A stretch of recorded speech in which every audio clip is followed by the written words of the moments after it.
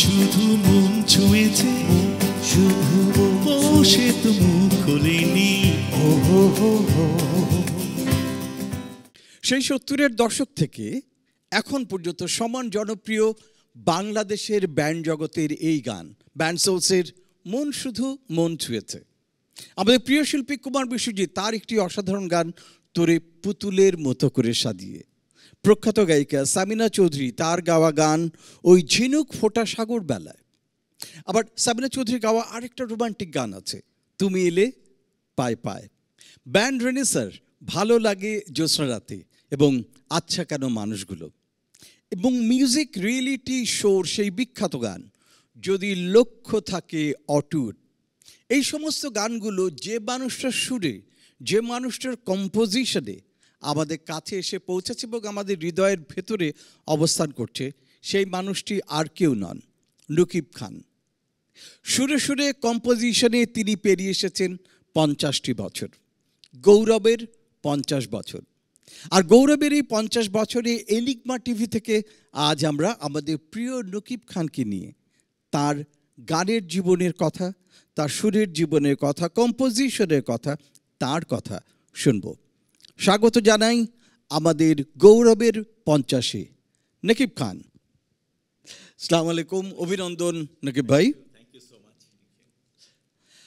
অনেক আনন্দের সাথে আজ আপনাকে আমরা আমন্ত্রণ জানাচ্ছি আমাদের এনিগমা টিভিতে, এবং আমরা অত্যন্ত আনন্দিত যে আজকে আমরা আপনাকে পেয়েছি। আজকে আমরা আপনার গান শুনবো, আপনার গল্প শুনবো, এবং সুরে সুরে 50-এ এই যে দীর্ঘ জীবন, এই যে যাত্রা, এই জার্নিটার কাহিনীগুলো শুনবো। আজকে শুধু যে শোটাই শুনবো তা না, আজকে আমাদের সাথে আছেন আপনার কয়েকজন সুহৃদ, তারা থাকছেন আমাদের সাথে থাকছেন এই 50 বছরের যাত্রায় যিনি একটা দীর্ঘ সময় বন্ধু হিসাবে, সহকর্মী হিসাবে, সহযোদ্ধা হিসাবে পাশে ছিলেন এবং ভালোবেসে একসাথে কাজও করেছেন। আমাদের সেই প্রখ্যাত সঙ্গীতজ্ঞ ফুয়াদ নাসের বাবু, তার সঙ্গে আছেন ব্যান্ড পার্থিব রুমন এবং পারকাশনিস্ট শুভ। বাবু ভাইকে অনুরোধ করব ফুলেল শুভেচ্ছা জানানোর জন্য আমাদের প্রিয় নকিব ভাইকে তার এই গৌরবের 50 বছর উদযাপনে এবং তাকে শুভেচ্ছা জানানোর জন্য। অনেক ধন্যবাদ বাবু ভাই, রুমন এবং শুভ। তো নকিব ভাই, আমরা একটা কাজ করি, গল্প করব, আড্ডা দেব। তো আমরা সবাই আমাদের জায়গায় চলে যাই, চেয়ারে বসে পড়ি, তারপরে আমরা গল্প করতে থাকি। চলেন, আসেন। সুরে সুরে গৌরবের 50 পেরিয়ে গেছেন আমাদের প্রিয় নকিব খান। আজকে এই গল্প হবে, আড্ডা হবে, তবে তার আগে প্রথম যে গল্পটা শুনতে চাই সেটা হচ্ছে নকিব ভাই, এই যে সুরের জগতে পা রাখা, মানে আপনার প্রথম সুর যেটি ছিল, শুনেছি তখন আপনি ক্লাস 8-এ পড়তেন এবং খুব মজার একটা ঘটনা এটার পেছনে আছে, সেই গল্পটা শোনান না।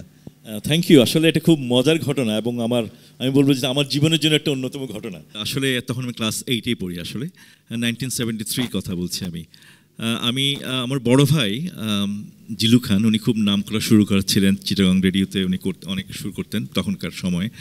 সো ওনার বন্ধু প্রয়াত হেনা ইসলাম, উনি গান লিখতেন এবং খুব ওনাকে কিছু লিরিক্স দিয়েছিলেন গান শুরু করার জন্য বড় ভাইকে। সো বড় ভাই ওনার ড্রয়ারে লিরিক্সগুলো রেখেছিলেন।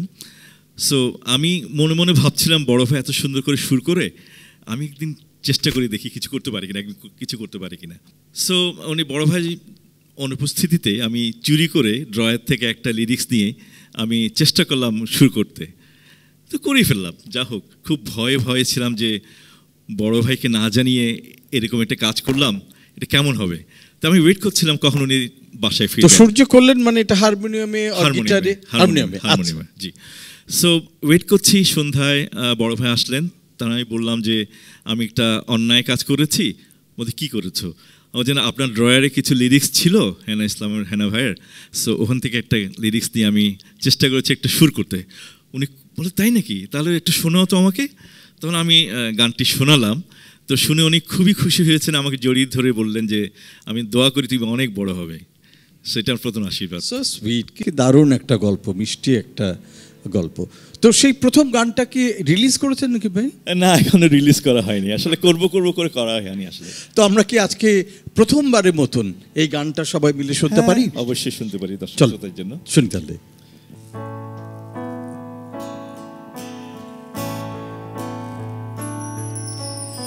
একাকী যখন নির্জনে আমি সব কথা ভুলে গিয়ে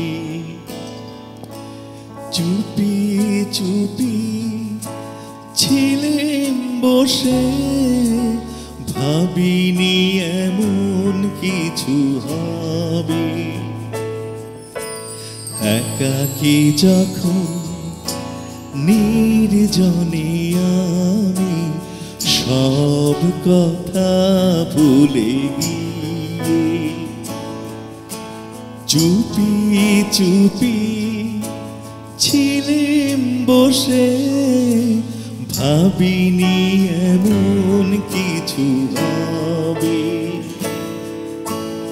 একাকী যখন নির্জনে আমি সব কথা ভুলে গিয়ে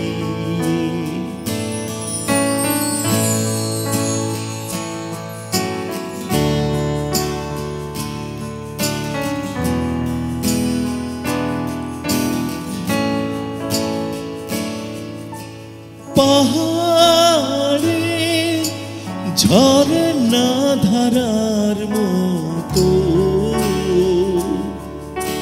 মধুর হেসে দাঁড়ালে যখন পাশে, পাহাড়ে ঝরনা ধারার মতো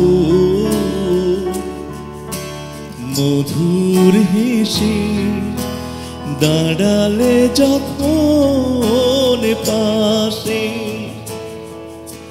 তখনও আমার বিস্ময় কাটেনি তো, মনে হলো আমি স্বপ্নে চলেছি ভেসে, মনে হলো আমি স্বপ্নে চলেছি ভেসে।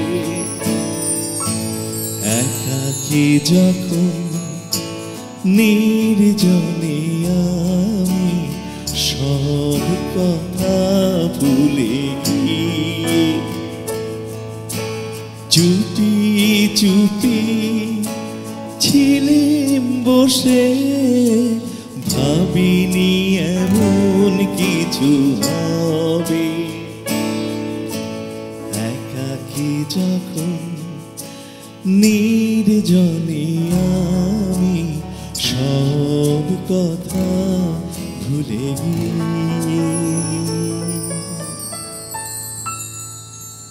অবাক হয়ে ভাবি যে ক্লাস 8-এ পড়া একটা বাচ্চা ছেলে এত কঠিন একটা কম্পোজিশন কেমন করে করলো। বাবু ভাই, আপনি কি বলবেন এই কম্পোজিশনটা সম্পর্কে? ক্লাস 8-এ একটা ছেলে তাই না ভাবনা কেমন থাকে, মানে সুর করে ফেলা গান, একজন ম্যাচিউর সুরকার যেরকম শুরু করেন তাই, এবং অনেকগুলো হাই পিচে চলে গেলেন এবং স্কেলে আপনি ভালো বলতে পারবেন। হ্যাঁ, মানে যে স্কেল চেঞ্জগুলো, ভেরিয়েশনটা অন্তরে কি ভাই জায়গা ম্যানার হয়ে যাচ্ছে, তো এটা খুবই অসম সুন্দর জিনিসটা। এটা আমি নিজেও জানি না কিভাবে করেছি, উনি কিভাবে ভাবলেন সেটা আমি এখন ভাবছি। সেটাই লোকে ভাই, ওই সময় আপনার গান শোনার জিনিসটা যদি বলতে, যে কি ধরনের গান শুনতেন, গান শুনতাম, কারণ কাদের দ্বারা ইনফ্লুয়েন্স ছিলেন? রাইট, অ্যাকচুয়ালি আমার বড় ভাই যেহেতু খুব সুন্দর সুর করতেন, ওনার দ্বারা খুব ইনফ্লুয়েন্স ছিল। আসলে উনি আমাদের গানের গুরু, ওনার কাছ থেকে আমরা সব শিখেছি, গান গাওয়া বলেন, কিবোর্ড বাজানো বলেন, গান সুর করা, সব কিছু ওনার কাছ থেকে শিখেছি। ওটা তো আছে, প্লাস আমরা খুব পুরোনো দিনের গান করতাম। তখনকার সলিল চৌধুরী, আর ডি বর্মন, এদের গান শুনতাম, মানে অসাধারণ একটা কম্পোজিশন। তো শুনে শুনে বড় হয়েছে আমরা। সিলন রেডিও ছিল, রেডিও সিলন, তখন শুনতাম বিনাকা, তো গীতমালা, তো এগুলো শুনে শুনে আমরা গান শুনে শুনে বড় হয়েছে। আসলে কানটা তখন পেকে গেছে আসলে। আপনার বড় ভাই তিনি হচ্ছেন জালালউদ্দিন খান, জিলু খান, জিলু ভাই, তার হাতে শুরু। তো শুনেছি যে আপনারা 3 ভাই মিলে, আপনার আরো ছোট ভাই শাহবাজ খান পিলু এবং আপনি নকিব খান, আপনারা সবাই মিলে একটা ব্যান্ড করেছিলেন, বালার্ক নাম ছিল, সেটার গল্প শুনতে চাই। বালার্কটা হচ্ছে আসলে আমাদের ফ্যামিলি ব্যান্ড বলতে হবে। আমরা 3 ভাই। 1972-তে বালার্কটা হয়, জাস্ট স্বাধীনতার পরপর। বড় ভাই তখন বেশ, যখন উনি যুদ্ধে যেতে না পারলেও কিন্তু ওই খুব উত্তেজনার মধ্যে ছিল যে যুদ্ধ শেষ হলো, আমরা কিছু করি। ওনার খুব ফ্রেন্ডরা, অনেক ফ্রেন্ড মারা গেছেন যুদ্ধে, এবং ওনার খুব ক্লোজ ফ্রেন্ডরা মুক্তিযুদ্ধ থেকে ফিরছে। তখন এই ব্যান্ড, তখন তারুণ্যের ব্যাপার। তখন কক্সবাজারে আমাদের প্রথম কনসার্ট হলো 1972-তে, আমার এখনো মনে আছে, বালার্কের প্রথম কনসার্ট। এবং সেখানে বালার্কের প্রত্যেকটা গান, মৌলিক গানগুলো সব কিন্তু বড় ভাই সুর করা ছিল। এবং তখন কিছু অন্যরা গান আমাদের সাথে, যেমন প্রবাল চৌধুরী, উমা চৌধুরী, ওনারা ছিল আমাদের সাথে। তারপরে আমাদের যে এখন তবলা বাজে মিলন ভট্ট, উনিও কিন্তু আমাদের সাথে বাজাতো এক সময় তখন। সো ব্যান্ড অ্যাকচুয়ালি আমাদের ঠিক ওরকম ব্যান্ড না, ওটা আমি বলে সঙ্গীত শিল্পী গোষ্ঠী বলতাম তখন। আসলে তখন অনেক ধরনের মিউজিশিয়ান একসাথে আমরা অর্কেস্ট্রার মতো করতাম আর কি। তো সেটাই আমাদের প্রথম ব্যান্ড, এবং 1972 থেকে আমার যাত্রা শুরু ব্যান্ড হিসেবে। এবং বালার্কে আপনাদের খুব ইন্টারেস্টিং, খুব সুন্দর সুন্দর গান আছে, যেগুলো পরে আবার সোলসেও আপনি করেছেন। রাইট, এরকম যদি কয়েকটা গানের কথা বলেন। যেমন সোলসে করেছি মনে করো এখন অনেক রাত, এটা বড় ভাই শুরু করা। দরগায় মোম জেলে কি হবে, প্রথম বাংলার রক অ্যান্ড রোল সং। তারপর এই ধরনের অনেক বড় ভাই অনেক সুন্দর সুন্দর গান তখন ছিল, তখনগুলি আমরা গাইতাম বালার্কে। হ্যাঁ, এবং বালার্কের সেই গান, এই মনে করো বা দরগায় মোম জেলে বা ধরনের এই গানগুলো কি একটু শুনতে পারি? মনে করো গানটা। হ্যাঁ, অবশ্যই শুনতে পারি। মনে করো এখন অনেক রাত গানটার কিন্তু আমার অন্য একটা হিস্ট্রি আছে, এবং আমি বলবো এটা আমার জীবনের টার্নিং পয়েন্ট একটা। আচ্ছা, কিরকম একটু শুনি সেই গল্পটা হচ্ছে এরকম যে আসলে আমরা তখন বালার্ক যখন ভেঙে যায় 1973-তে, বড় ভাইয়ের সব চাকরিতে জয়েন করে ফেলে, তখন চিটাগংয়ে আরেকটা ব্যান্ড ছিল সুরেলা, তখন জাস্ট সুরেলা একটা ব্যান্ড তৈরি হয়। ওরা আসলে সুরেলা ব্যান্ডটা কখনো মৌলিক গান করতো না, ফোক গান করতো এবং অন্যদের কভার সং করতো। তো বালার্ক যখন ভেঙে যায় তখন ওরা আমাকে বললো, তুমি আসো আমাদের সাথে জয়েন করো। এবং বালার্কের যে কিবোর্ডটা ছিল, আপনি বাবুভাই দেখেছেন, ডাবল স্টোরি, হ্যাঁ, ভোক্স সুপার কন্টিনেন্টাল, দারুণ একটা অর্গান ছিল তখন। তখন তো কিবোর্ড ছিল, অর্গানই বলতো তখন। তো ওটা আমি জয়েন করলাম। তখন সোলস নাম হলো 74, আমি জয়েন করলাম। সুরেলা নামটা চেঞ্জ হয়, তখন সোলস হলো। তখন এই সোলসের জন্য আমার মৌলিক গান তৈরি করা শুরু হলো। মৌলিক গান করতে হবে, কারণ আমরা প্রথম থেকে ভেবেছি আমাদের যদি নিজস্ব গান না থাকে তাহলে আমাদেরকে কেউ মনে রাখবে না, সোলসের কোনো স্বকীয়তা থাকবে না। তখন সোলসের জন্যই আমরা গান তৈরি করা শুরু করলাম, এবং সেটি আমার গান শুরু করার প্রথম অনুপ্রেরণা আসলে। এবং সোলসের তখন কেউ চিনত না, সোলস তখন চট্টগ্রামে থাকে। 1976 সনে ঢাকায় একটা all Bangladesh pop music competition হয়েছিল। আমরা সোলস তখন চট্টগ্রাম থেকে এসে ওখানে জয়েন করি এবং পার্টিসিপেট করি, এবং আমরা ঘটনাচক্রে আমরা চ্যাম্পিয়ন হয়ে যাই সোলস। সবাই তাক লাগিয়ে সবাই বলে কি ব্যাপার, চট্টগ্রাম থেকে পোলাপাইন বাচ্চা, আমরা তখন বাচ্চা ছেলে বলে সব এসে সবাইকে ডিঙিয়ে চ্যাম্পিয়ন হলো। এবং এই গানটি মনে করে এখন অনেক, এই গানটি বেস্ট সং হিসেবে পুরস্কৃত হলো। আমি তখন বেস্ট কিবোর্ডিস্ট হিসেবে প্রাইজ পেলাম। তাজরি ভাই আমাদের লিড সিঙ্গার ছিলেন, উনিও বেস্ট সিঙ্গার হলো। এরকম বেশ কয়েকটা অ্যাওয়ার্ড পেলাম, এবং চ্যাম্পিয়ন অফ সোলস হলো। তারপরে সোলসকে চেনা শুরু হলো ঢাকায়। তখন বাংলাদেশ টেলিভিশন, তখন একটাই চ্যানেল ছিল, ওরা আমাদের ইনভাইট করলো শো করার জন্য। এবং ওই বাংলাদেশ টেলিভিশন, ওটাই আমার প্রথম শো, প্রথম গাওয়া গান। এই গানটি করেছিলাম আমি মনে করে এখন অনেক রাত। এটা আমার জন্য একটা টার্নিং পয়েন্ট বলতে হবে। প্রথম দিকের সুর করা, এটা সুর তো আপনার বড় ভাই করেছিল, আপনার প্রথম দিকের গাওয়া গান, প্রথম গাওয়া গান বিটিভিতে, সেই গানটা তাহলে একটু হয়ে যাক। ওভাবে আমরা তাহলে একটু ধরি ই মেজর থেকে।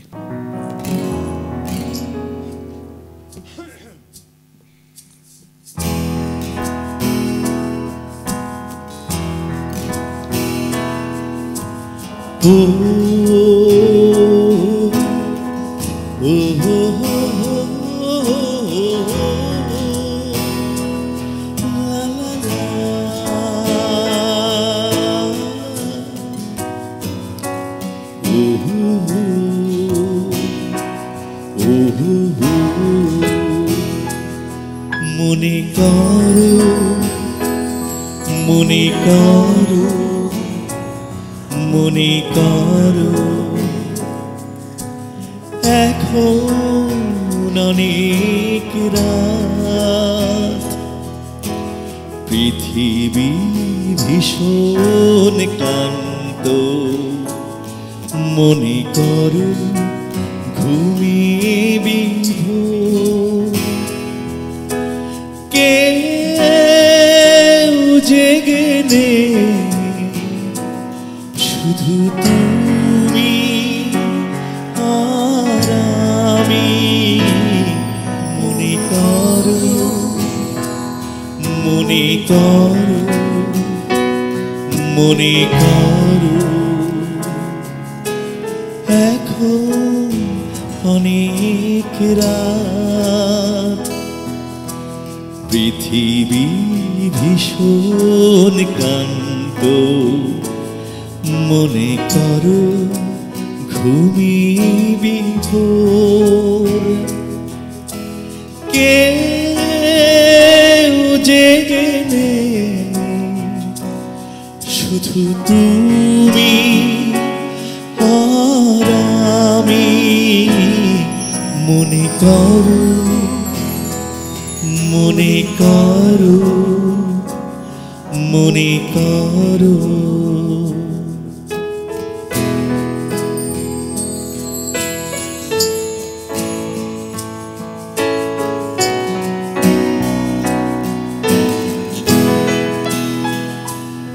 আকাশে রূপালি চাঁদ মায়াময়, কিছু আলো নদীর জলে ঢেউ গুনি, স্বপ্নে বিভোর হই দুজনাই, শুধু তুমি আর আমি। মনে করো, মনে করো, মনে করো, মনে করো, মনে করো, মনে করো। স্বপ্নের মতো একটা গান, একেবারে মনে হয় হৃদয়ের ভিতরে একটা অসম্ভব সুন্দর প্রজাপতি উড়ে বেড়াচ্ছে, একটা সুন্দর রাত, বাতাস ঠান্ডা লাগছে একটু একটু, চাঁদ। আমি খুব লাকি, বাবু ভাইয়ের মতো একজন মিউজিশিয়ান, লিজেন্ডারি মিউজিশিয়ান আমার সাথে আছে। বিউটিফুল, মানে এত সুন্দর লাগছিল গাইতে। আসলে আমরা আজ যে পরম সৌভাগ্যবান সবাই মিলে, শুভ এত সুন্দর বাজছিল, খুব ভালো লাগছে। অ্যাবসলিউটলি আজকে একটা দারুণ পাওয়া যে সেই পুরনো দিনের গল্প শুনতে পাচ্ছি, পুরনো গানগুলো শুনতে পাচ্ছি। নকিব ভাই, আপনার কাছে শুনতে চাইব সেই গল্পটা, ব্যান্ড সোলসের জন্যে আপনার করা প্রথম সুর। অনেক গান শুরু করেছে, আসলে প্রথম সুরটা আমি ঠিক মনে কোনটা করেছিলাম, বাট তার সময়কার অনেকগুলো গান মনে পড়ছে এখন, যেমন এই মুখরিত জীবনে চলার বাঁকে, তোরে পুতুলের মতো করে সাজিয়ে, মন শুধু মন ছুঁয়েছে। আচ্ছা, এইখানে আসতে চাই। জি, তোরে পুতুলের মতো করে সাজিয়ে কুমার বিশ্বজিৎ এই গানটি করেছিল, প্রথমে সোলসে ছিল কিন্তু পরে এটা বিশ্বদার সোলো অ্যালবামে এসছে। এবং এই গানটা যে আপনার সুর করা, এটা কিন্তু খুব কম মানুষই জানেন এবং সবাই ভাবেন যে এটা বোধহয় বাইরে থেকে অন্য কেউ সুর করেছে, কিন্তু নকিব খান সেই সময়ে এমন সুর এবং এত পাঞ্চ গানটার মধ্যে এবং কিবোর্ডের এত দারুণ কাজ, অসাধারণ। বিটিভির একটা ভার্সন ছিল, বিটিভির, হ্যাঁ রাইট, আমরা করেছিলাম, রাইট রাইট এক্স্যাক্টলি, ওটাই আসলে হ্যাঁ ন্যাশনালি হিট হয়ে গেল একদম পুরো। এবং এই গানটা যখন বিশ্বদা টেলিভিশনে গাইলেন অনুষ্ঠানে, মানে সুপার ডুপার রাতারাতি বাংলাদেশের বিখ্যাত গান হয়ে গেল এবং বিশ্বদার প্রথম সুপার ডুপার হিট গান। এই গানটি আসলে আমার ইন্টারেস্টিং একটা ঘটনা থেকে তৈরি, জানি না আপনারা জানেন কিনা, আমি অনেক জায়গায় শেয়ার করেছি, যদিও পাবলিকলি বলা উচিত না, তারপরও আই ডোন্ট মাইন্ড। আমি তখন কলেজে জাস্ট ম্যাট্রিক পাস করেছি, ফার্স্ট ইয়ারে পড়ি। আমার বন্ধু আব্দুল্লাহ মামুন, যিনি গানটি লিখেছেন, আমরা তিনজন, আমরা খুব ক্লোজ ফ্রেন্ড ছিলাম। আমি, আব্দুল্লাহ মামুন এবং ডক্টর আরিফ, যিনি পরে আমাদের ভালো লাগে জ্যোৎস্নাতে গানগুলো লিখেছে। সো আমরা তিনজনই প্রায় একই সেকশনে ছিলাম, চিটাগং কলেজে, চট্টগ্রাম কলেজে আমরা পড়তাম। আমি সায়েন্সে ছিলাম, সায়েন্সে যখন ক্লাস হতো তখন আমরা একসাথে বসতাম, আবার যখন ইংলিশ বাংলা হতো তখন অন্যান্য সেকশনে ওরা একসাথে সে ক্লাস করতো, ছেলেমেয়েরা। তো একদিন একটা বাংলা ক্লাস, তখন বিভিন্ন অন্য সেকশনের ছেলেমেয়েরা আসছে একসাথে একটা গ্যালারিতে ক্লাস হচ্ছিল। তখন ওখানে আমরা 3 বন্ধু, আমরা একটু দুষ্টু ছিলাম। পিছনের গ্যালারিতে পিছনে একটা দরজা ছিল, আমরা আপনি প্রায় দুষ্টু ছিলেন? এটা কি হইতে পারে? একই প্রশ্ন আমার মাথাতে আসছে সাথে সাথে। রকিব ভাই দুষ্টু, এটা কেউ বিশ্বাস করবে না। আসলে আমরা করতাম কি, ওই ফার্স্টে রোল কল করতো, তো জাস্ট রোল কলটা করেই পেছনের দরজা দিয়ে আমরা বাইরে চলে যেতাম। তারপরে ওখানে আড্ডা দিতাম, গান করতাম গিটার নিয়ে। তখন ওরকম সময়টা ছিল। সো এরকমই একটা ঘটনা, ওই গ্যালারিতে ক্লাস হচ্ছে। সো আমাদের চিটাগাং কলেজের কো এডুকেশন ছিল, যেটা আমরা স্কুলে পাইনি। হঠাৎ করে কো এডুকেশন চিটাগাং কলেজে, তো অন্যান্য সেকশনের মেয়েরাও সবাই এসছে। তো ওরা সামনের রোতে বসছে, প্রথম 2 রোতে ওরা বসছে, এবং তখন তো এসি ছিল না, ফ্যান চলতো। তো আমরা 3 বন্ধু পিছিয়ে বসে গল্প করছি। তো ফ্যানের বাতাসে একটা মেয়ের চুল খোলা ছিল, চুল উঠছিল বাতাসে। তখন আমার একটা লাইন মাথায় আসলো যে তোরে পুতুলের মতো করে সাজিয়ে হৃদয়ে শোক এসে রাখবো। তখন আমার পাশে আব্দুল্লাহ মামুন ছিল। আমি, মামুন তুই তো কবিতা লিখিস, আমি তো কবিতা লিখি না, তুই দেখি কিছু করতে পারিস কিনা। বলে দারুণ তো লাইনটা হয়েছে। সে সাথে সাথে ওখানে ক্লাসে বসেই সে পুরো কবিতাটা লিখে ফেললো, কবিতাই লিখেছে সে। তারপরে আমি বললাম যে আচ্ছা ঠিক আছে, এটা বাসায় নিয়ে যাই। বাসায় তখন আমাদের বাসায় সোলসের ইনস্ট্রুমেন্টগুলি থাকতো, আমার বাসায় প্র্যাকটিস হতো আর কি সোলসের। তখন আমি বাসায় এসে সাথে সাথে গানটা শুরু করলাম। শুরু করার পর সবাইকে বললাম দোস্ত আমি তো শুরু করেছি। মামুনকে বললাম মামুন তুই শোন গানটি। তো শুনলো, শোনার পর তো দারুণ তো হয়েছে। তখন পরের দিন আমাদের ক্লাসে সবাইকে বললাম একটা গান করেছি, এবং ইনক্লুডিং সেই মেয়ে, ওদেরকেও বললাম তোরা আস বাসায়। হ্যাঁ শুনো। তো ওরা আসলো বাসায়, যে বাসায় আমরা গানটা শোনালাম। শোনার পর সবাই তো মানে অভিভূত, বলে এটা তো সুপার হিট হবে গান। তো যাক, এটা খুব ইন্টারেস্টিং গল্প আসলে। এন্ড দেন তারপরে ব্যান্ডে এটা বিশ্বদার কাছে কিভাবে গেল?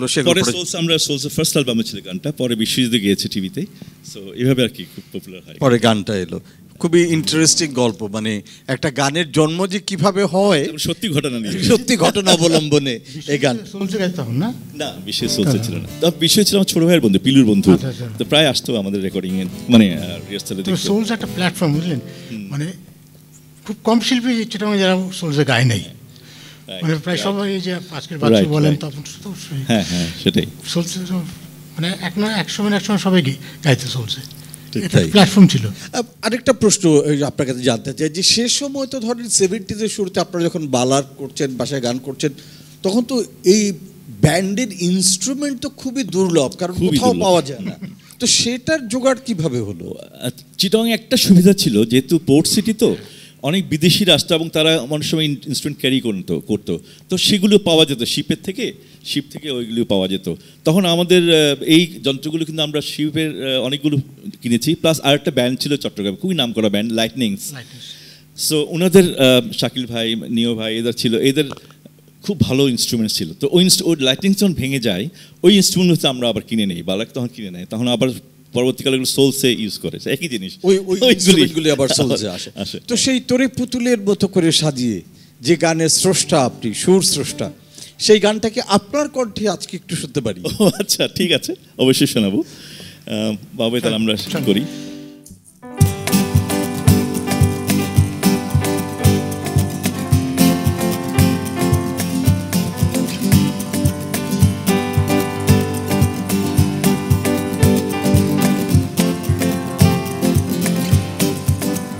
তোরে পুতুলের মতো করে সাজিয়ে হৃদয়ের কোঠরে রাখবো, আর হৃদয়ের চোখ মেলে তাকিয়ে সারাটি জীবন ভরে দেখবো আমি নেই নেই নেই রে, আমি নেই নেই নেই রে, যেন তোরই মাঝে হারিয়ে গেছি।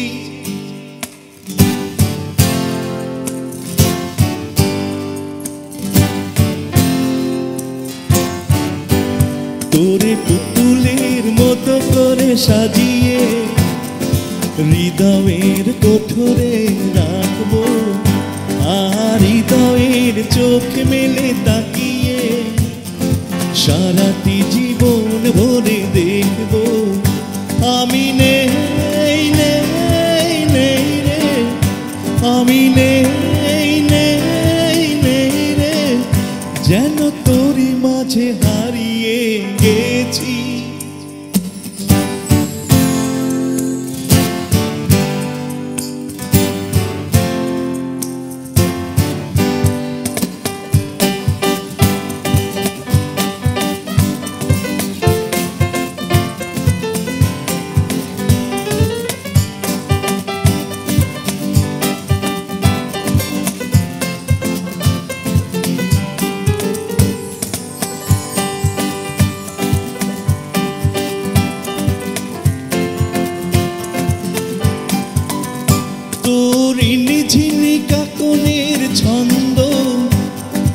নির্ঘুম স্বপ্নে বাজে রে তোর নন্দিত বাঁধনের শিহরণ, দু চোখের জানালায় জাগে রে তোরে রংধনু সাথে রঙে রাঙিয়ে, ফুলদানি ভরিয়ে রাখবো আর কপালেতে নীলটি পরিয়ে, প্রেমেরই আলপনা আঁকবো আমি নেই নেই নেই রে, আমি নেই নেই নেই রে, যেন তোরই মাঝে হারিয়ে গেছি।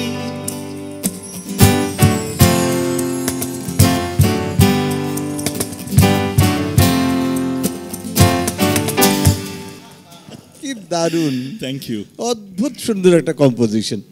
নকিব ভাই, আপনার কাছে একটা জিনিস জানতে চাইবো যে সুর করার ক্ষেত্রে আপনি কি কোনো লিরিক্সের উপরে বেস করে সুর করতে বেশি পছন্দ করেন, নাকি আচ্ছা গুনগুন করে একটা টিউন করলেন পরে সেটার উপরে লিরিক্স বসলো, কিভাবে করেন? থ্যাংক ইউ প্রশ্নটা করার জন্য, খুবই ইম্পর্ট্যান্ট একটা প্রশ্ন।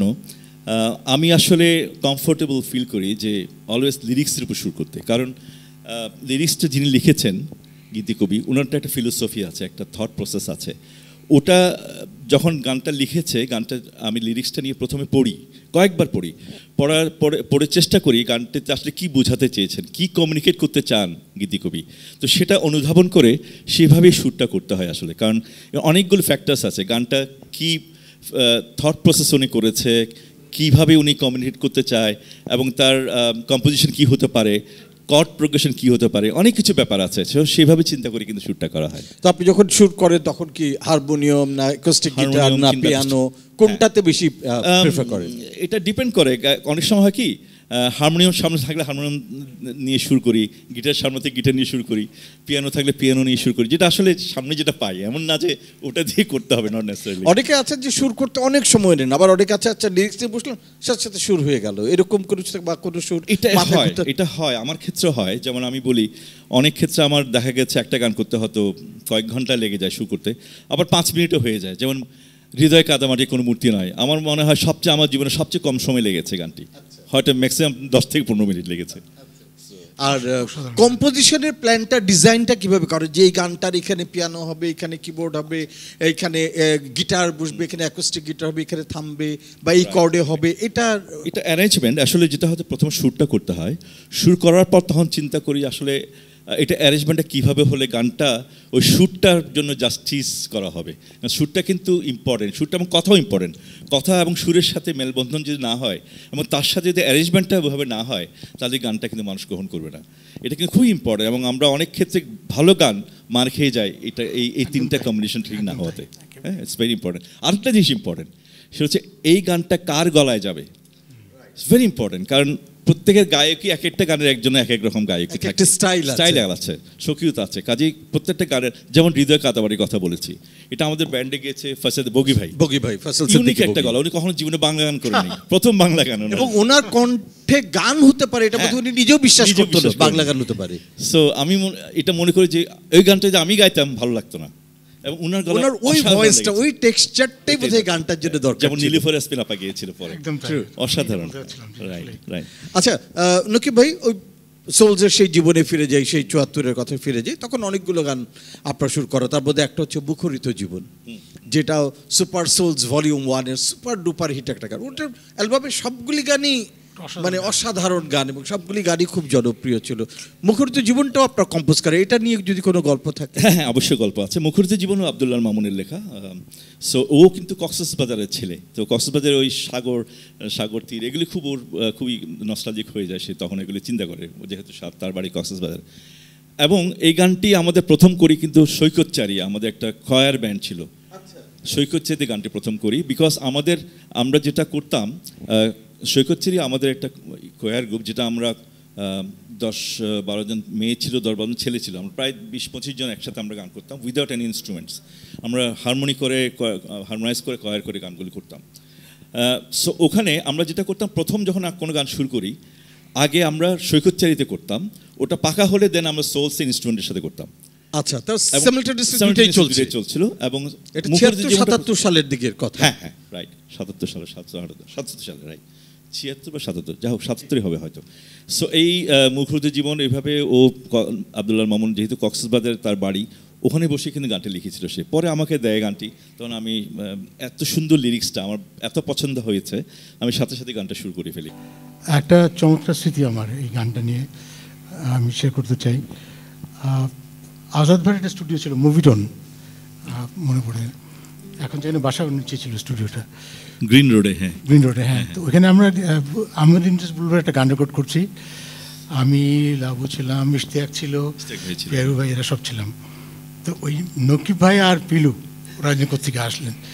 তো আসার পরে আড্ডা মারছি, তো বুল ভাই বললেন যে তোমাদের একটা গান শোনাও। তো ওরা বসে, তো এই ভয়েস বুথে বসে ওই একটা গিটার বাজে এই মুখে হারমোনি করে গাইলো। যেটা একটা অদ্ভুত একটা এক্সপিরিয়েন্স আমাদের জন্য, যে এরকম বাংলা গান এত সুন্দর হবে। আমি ভাবলাম পশ্চিমবঙ্গের কোনো গানটা হবে, মানে এত সুন্দর গানটা। আমরা সবাই রেকর্ডিং বলে সবাই ওই গানের মধ্যে আটকে গেলাম, এবং বুল ভাই তো খুবই মারাত্মকভাবে অ্যাপ্রিসিয়েট করলেন গানটা। এবং এটা প্রথম আমার সৌভিজের সামনাসামনি গান শোনা। তো এই মুখরিত জীবন যেটার এতক্ষণ গল্প হলো, এই গানটা যদি আরেকবার আমরা শুনতে পাই। শিওর শিওর, চল। তাহলে আমরা একটু গানটা করি। পিলুকে মিস করবো আসলে পিলু হারমোনি করতো।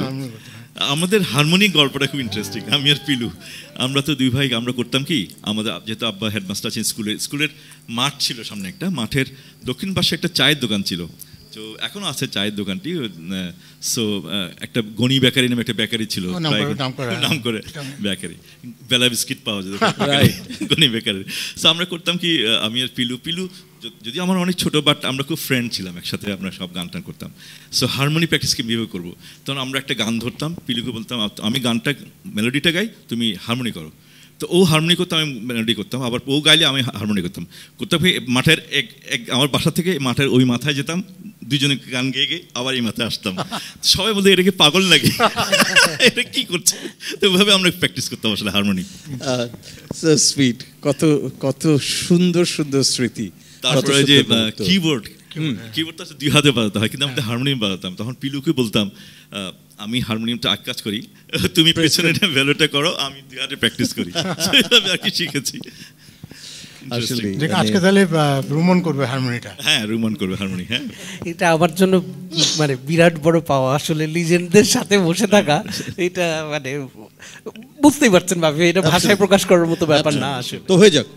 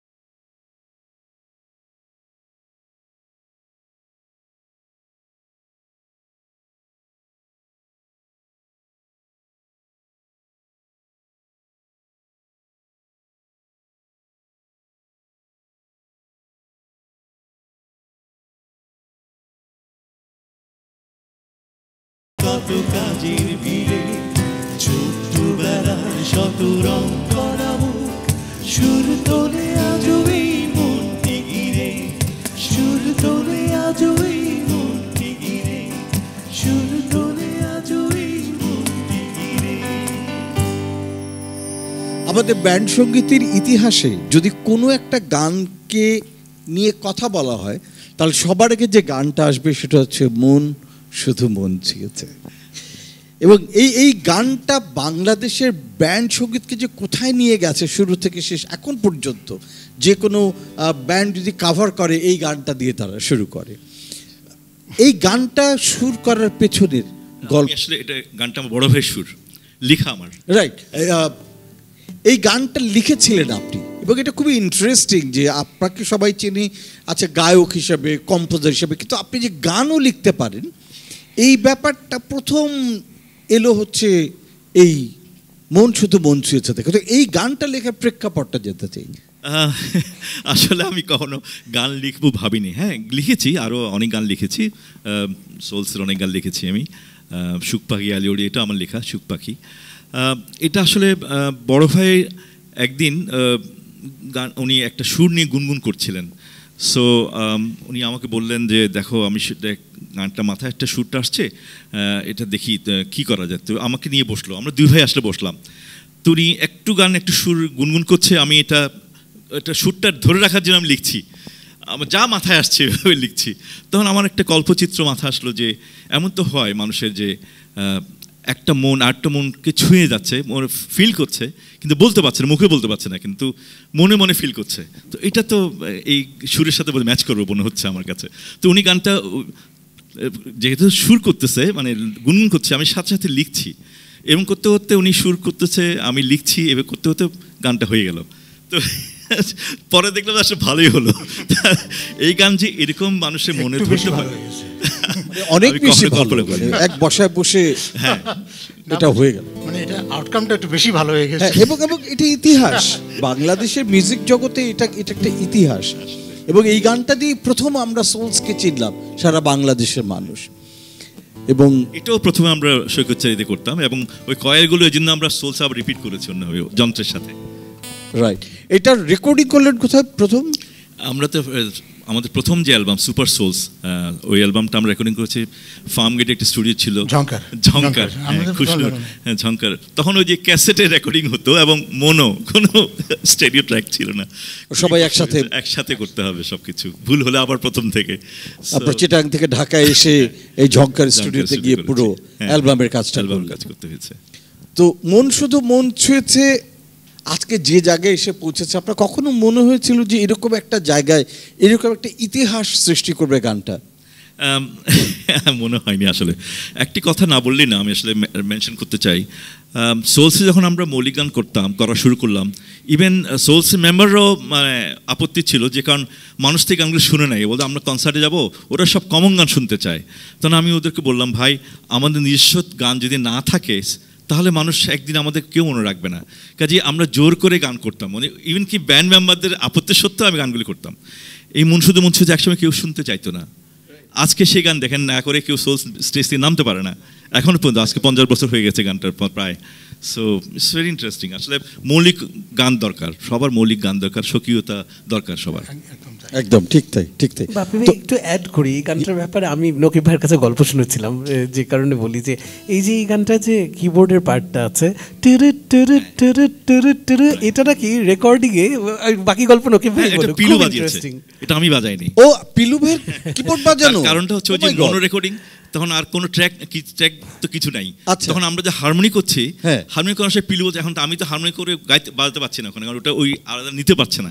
তো পিলু আবার ওইটা বলছে, ঠিক আছে আমি এটা বাজাই, আপনি ওই রুম থেকে ভয়েসটা দেন, কারণ দুইটা একসাথে করতে পারছিল না। রাইট, সেই জন্য পিলুকে বাজাতে হয়েছে জিনিসটা। না, পিলু ডান্স বাজাচ্ছে, রনিতা পরে আসছে। আচ্ছা, তো এইখানে এই গানটা কম্পোজিশনে আছে, এইখানে টুরুট টুরুট টুরুট করবে, টানা টানা, এই জিনিসগুলোর ধরেন যে কম্পোজিশনের এই ভাবনাটা আছে, এই গানটা এইভাবে করবে, এটাও আমরা মানে অ্যারেঞ্জমেন্টটা আমার করা, মানে সোলসের সবাই মিলে করা অ্যারেঞ্জমেন্ট। কারণ এখানে সবচেয়ে ইম্পর্টেন্ট হচ্ছে গানের প্রোগ্রেশন এবং রিদমটা একটু একটু অন্য ধরনের। আমি যদি সচরাচর বাংলা গানের কথা বলি, এই রিদমটা কমপ্লিটলি ডিফারেন্ট, মানে একটু বোসানোভা মিক্স করা আছে। তো ওটা বাংলা গানের খুব একটা তখন ছিল না, খুবই আনকমন। বোসানোভা এই রিদমটা একদম বাইরের রিদম, এবং সেটা আপনার যে বিদেশি প্রচুর গান শোনার ফল। প্রোগ্রেশনগুলো মানে একটা প্রোগ্রেশন আছে, কন্টিনিউয়াসলি একটা প্রোগ্রেশন আছে, সেটা কিন্তু ভেরি ইন্টারেস্টিং আসলে। এবং সেটাই বোধহয় মানে নতুন গান, নতুন সুর, নতুন শব্দ, নতুন সাউন্ড, ফ্রেশ একটা ভাবনা। সে কারণেই বোধহয় গানটা, এবং এত মেলোডিয়াস, এত সুইট, এত সফট একটা গান। বাবু আমি যদি ভুল না করি, এই ধরনের রিদমের গান কিন্তু আর কিন্তু প্রথমেই বোধহয় এই ধরনের গান আমি আগে শুনি। হ্যাঁ, এর আগে বাংলা গান মনে পড়ে না, মনে হয় না। আমাদের ছিল একটা দূর থেকে দূরে, বসনবা ছিল পরে 80 দশকে আর কি, 80 দশকে, কিন্তু ওই সময়টার প্রথম গান। একদম একদম তাই। তো হয়ে যাক তাহলে সেই মন শুধু মন ছুঁয়েছে। আচ্ছা প্লিজ তাহলে বাবু ভাই।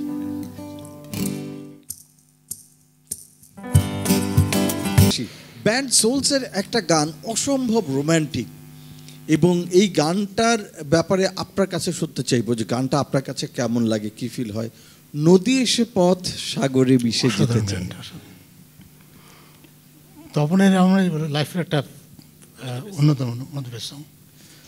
এবং এটার শুরুতে যে সাউন্ড দেওয়া, নদীর সাউন্ড দেওয়া, পানির সাউন্ড দেওয়া, এবং একটা অ্যাম্বায়েন্স ক্রিয়েট করে পুরো গানটা যে সুরটা এত সুন্দর, মানে অদ্ভুত একটা গান, একটা স্বপ্ন। এটা আমার one of the favourite song. আমার নিজের করা সুর যতগুলো আছে আমার কাছে এটা খুব ভালো একটা লাগে। এই গানটি আমার কাছে মনে হয়, গানটি লিখেছেন খালিদা হাসান। উনি অবশ্য আমাদের মাঝে নেই, মারা গেছেন। উনি কখনো গান লিখেন না, এটাই ওনার প্রথম লেখা। উনি কবিতা লিখতেন। উনি বাংলা ডিপার্টমেন্টে পড়তো চিটাগাং ইউনিভার্সিটি। আমার পাশে আমার অ্যাকাউন্টিং ডিপার্টমেন্ট ছিলাম আমি। তো উনি একদিন আমাকে বললো, নকিব তুমি তো অনেক গান টান করো, আমি একটা কবিতা লিখেছি, দেখো এটা কিছু করা যায় কিনা। আমি আচ্ছা দেখেন তো, দেখি তো। তো উনি আমাকে এটা দিলেন। তা আমি বাসায় এসে ট্রাই করলাম সুর করতে, মোটামুটি হয়ে গেল। তখন পরের দিন ওনাকে শোনালাম, উনি তো অসম্ভব খুশি হলেন। উনি ভাবতেও পারেন এত সুন্দর গান হবে এটা। পরে এটা রেকর্ডিং করলেন কোথায়? রেকর্ডিং অবশ্য ঢাকায় এসে আমরা করেছি, যে সোলসের সাথে, সোলসের ফার্স্ট অ্যালবামে এটা গানটি আছে, সেটা ওই ঝংকারি ওইখানে রেকর্ড লাগবে। এবং এটা ভয়েস তো আপনি দিয়েছিলেন? ভয়েস তপন দিয়েছে, তপন গিয়েছিল। এবং ওখানে আরেকটা ইন্টারেস্টিং পার্ট হচ্ছে, ওটাতে যে লিড গিটারের পার্টটা আইয়ুব বাচ্চু করেছিল। সো আইয়ুব বাচ্চু অবশ্য খুব সান্টানার ফ্যান ছিল। সান্টানার মিউজিক সে খুব পছন্দ করতো, ওভাবে বাজানোর চেষ্টা করতো। তো সান্টানার একটা ইনস্ট্রুমেন্টাল ছিল সাম্বাপাতি, ওটা সে ইন্সপায়ার্ড হয়ে এই লিডটা সে বাজায়। সো ওটা খুব ইন্টারেস্টিং লিড ছিল। সো ওটাও একটা, মানে আমি বলবো যে ইন্টারলিউডটা খুব ইন্টারেস্টিং ছিল আসলে। এবং এটা মানে বেস পার্টটাও, কিন্তু বেস পার্টটা খুবই স্ট্রং এই গানটা। মানে প্রত্যেকটা জিনিস বাবু আলাদা আলাদা করে এটাকে মানে বের করা যায়, যে লিড পার্টে এবং সমুদ্রের সাউন্ড, মানে অ্যাম্বিয়েন্সটা। মানে আমরা এখন ভাবছি সেই সময় এটা কিভাবে হয়েছে। হ্যাঁ, মানে সেটাই 70s মিড 70s করা, এই আজ থেকে 50 বছর আগে, 55 বছর আগে এটা কিভাবে সম্ভব তখন এইরকম লিমিটেড ইনস্ট্রুমেন্ট দিয়ে, লিমিটেড ফ্যাসিলিটিস দিয়ে, মোনো রেকর্ডিং। এই জন্য মানুষ এখন এই গানগুলি শুনে। একদম, হ্যাঁ সেটা ঠিক, নিঃসন্দেহে। এর পিছনে যে আমাদের শ্রম, মমতা, ছোট মমতা, যে ডেডিকেশন, ডিভোশন ছিল, যার জন্য গানগুলি উঠে এসছে। আমি জানি আরো হয়তো কয়েক প্রজন্ম ওই গানটাকে। এটাও কি কয়ারে করেছিলেন গানটা? এটাও কয়ারে করে তারপরে সোলজার নিয়ে এসে তারপরে পরে রেকর্ডিং এ করা। তো হয়ে যাক সেই বিখ্যাত গান নদী এসে পথ। শিওর অবশ্যই।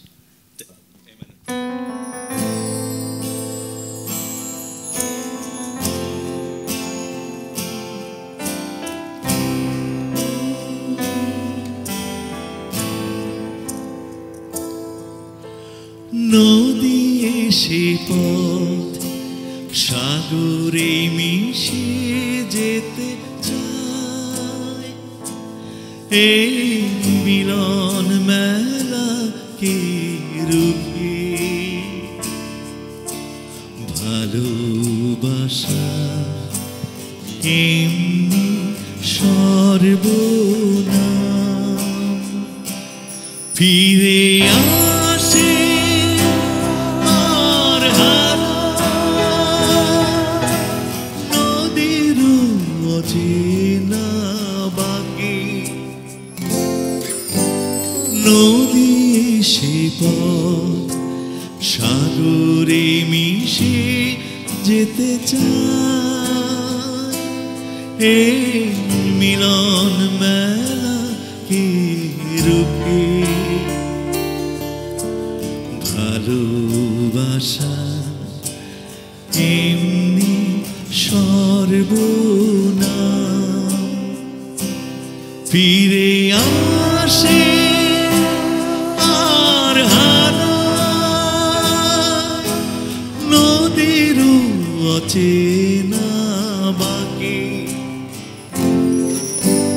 নদী এসে পথ সাগরে মিশে যেতে চায়।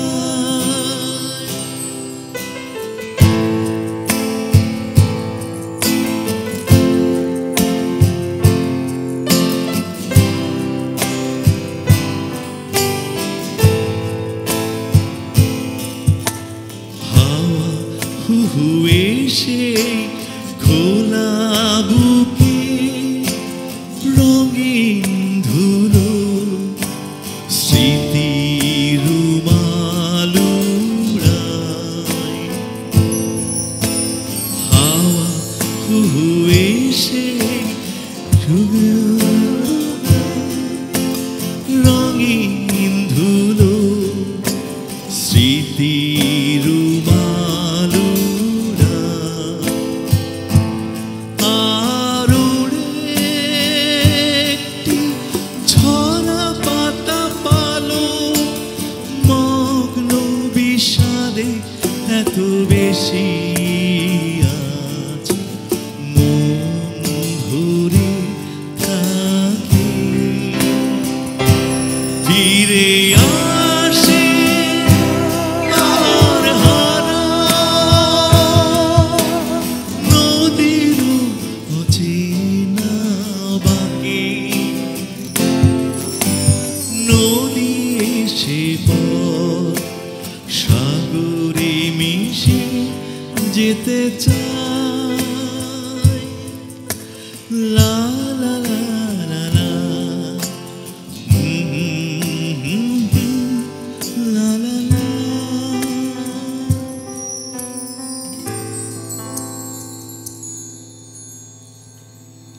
এত সুন্দর একটা গান, এত সুন্দর সুর, এত সুন্দর কম্পোজিশন, আজকে এই আনপ্লাগড শুনে আরো একবার নতুন করে গানটা প্রেমে পড়ে গেলাম।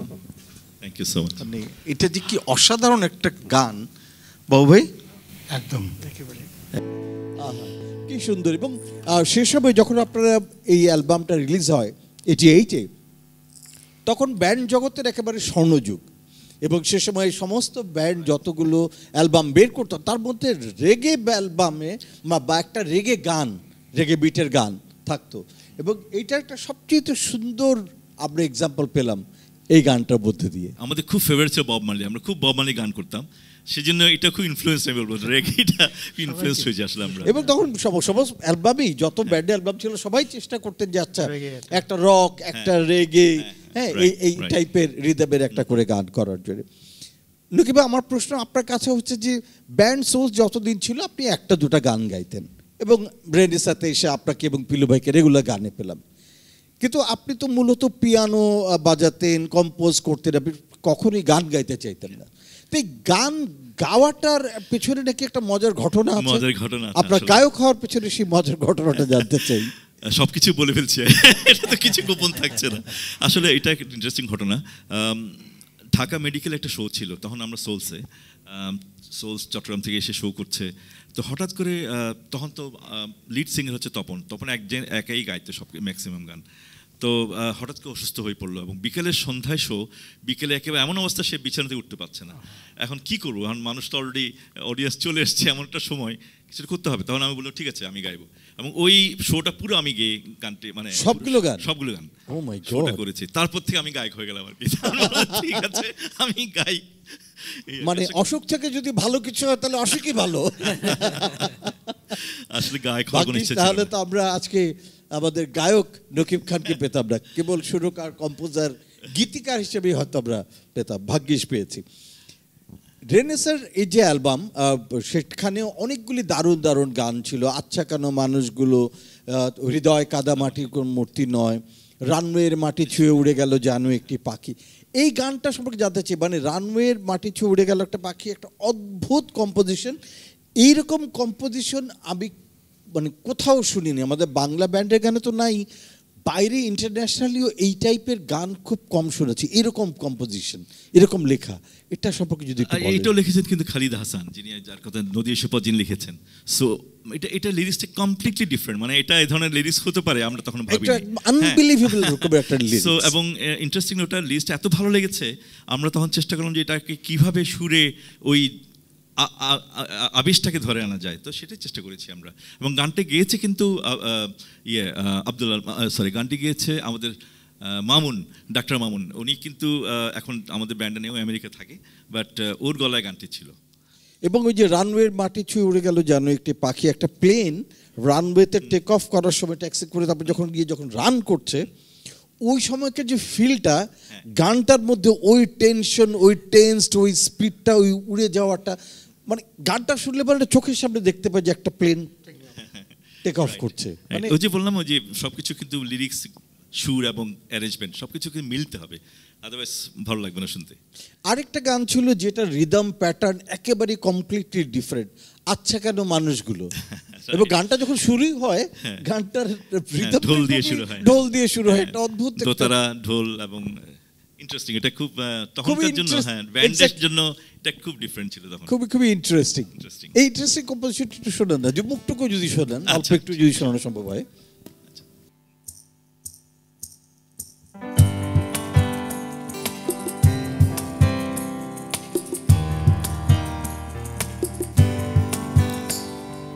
আচ্ছা কেন মানুষগুলো এমন হয়ে যায়, চেনা জানা মুখগুলো সব কেমন হয়ে যায়, দিন বদলের খেলাতে মন বদলের মেলাতে মানুষগুলো দিনে দিনে বদলে কেন যায়। আচ্ছা কেন মানুষগুলো এমন হয়ে যায়, চেনা জানা মুখগুলো সব কেমন হয়ে যায়।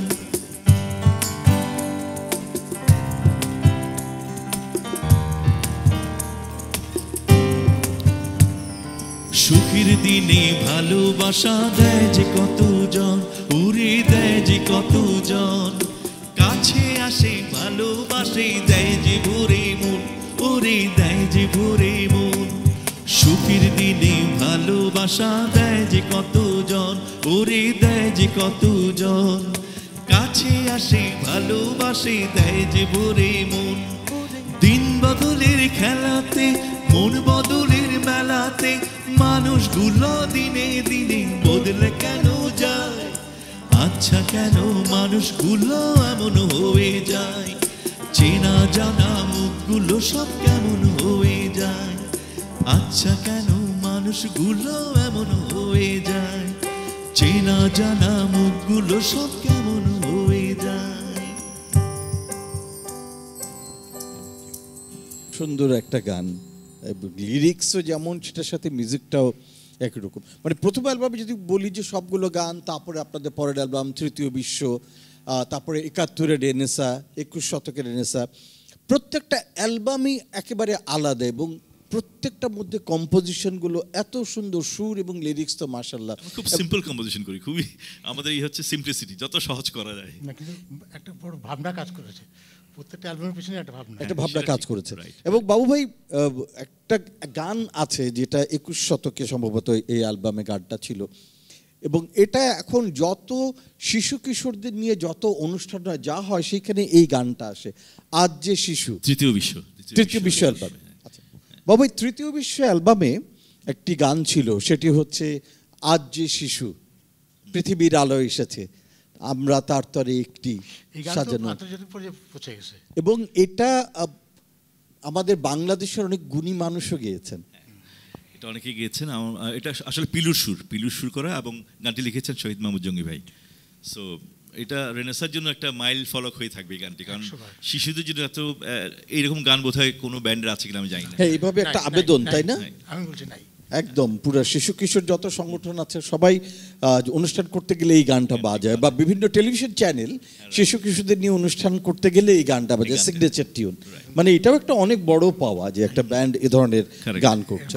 আমরা একটু আগে যে গানটা গল্প করছিলাম যে ফয়সাল সিদ্দিকী বগি ভাই গিয়েছেন, যে হৃদয় কাদা মাটির কোনো মূর্তি নয়, অদ্ভুত একটা সুর, অদ্ভুত একটা টোন, অদ্ভুত একটা কম্পোজিশন।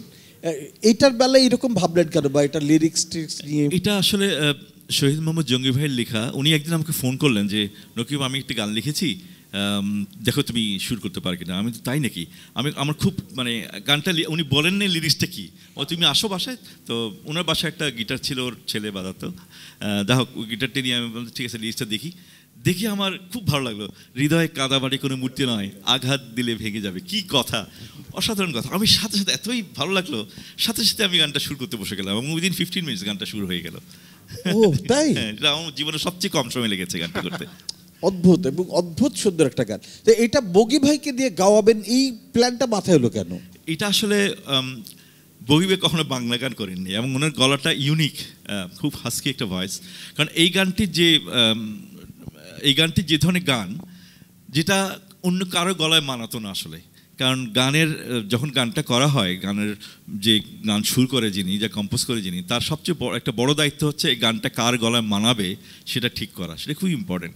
এই গানটি কখনো আমার গলায় মানাতো না, ভালো লাগতো না, কিন্তু ওনার গলায় এত সুন্দর ম্যাচ করেছে এবং মনে হচ্ছে ওই গানটি ওনার জন্যই তৈরি করা, এবং খুব ভালো গেয়েছেন উনি, এবং সত্যিকার মানুষ সত্যিকার অর্থে গানটি গ্রহণ করে। এবং এটা যে রিদমটা সুরটা যেভাবে করে, রিদমটা আসলে অদ্ভুত।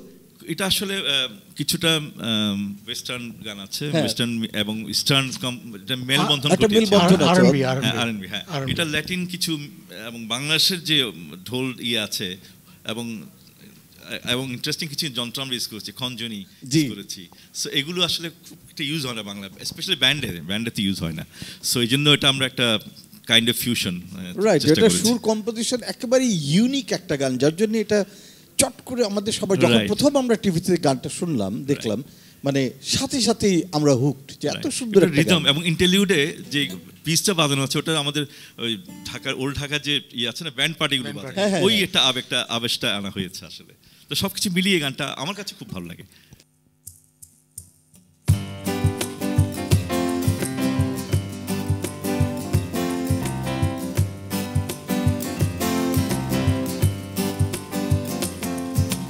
হৃদয় কাদা মাটি কোনো মূর্তি নয়, আঘাত দিলেই ভেঙে যাবে। মন উড়ন্ত কোনো বেলুন নয়, ফুল ফুটালে চুপসে যাবে। হৃদয় কাদা মাটি কোনো মূর্তি নয়, আঘাত দিলেই ভেঙে যাবে। মন উড়ন্ত কোনো বেলুন নয়, ফুল ফুটালে চুপসে যাবে। হৃদয় কাদা মাটি কোনো মূর্তি নয়, আঘাত দিলেই ভেঙে যাবে।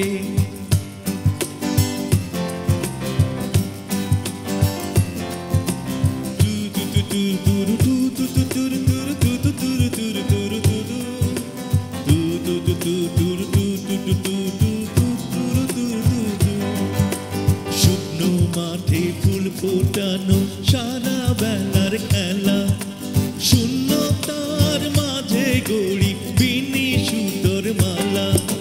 শুকনো মাঠে ফুল ফোটানো সারা বেলার খেলা, শূন্যতার মাঝে গড়ি বিনি সুতোর মালা। বুকের মাঝে ভালোবাসা থাকবে জীবনময়। হৃদয় কাদা মাটি কোনো মূর্তি নয়, আঘাত দিলেই ভেঙে যাবে। মন উড়ন্ত কোনো বেলুন নয়, ফুল ফুটালে চুপসে যাবে।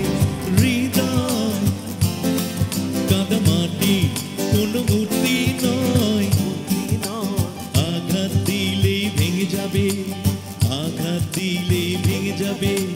হৃদয় ভেঙে যাবে, আঘাত দিলেই ভেঙে যাবে, আর ভেঙে যাবে।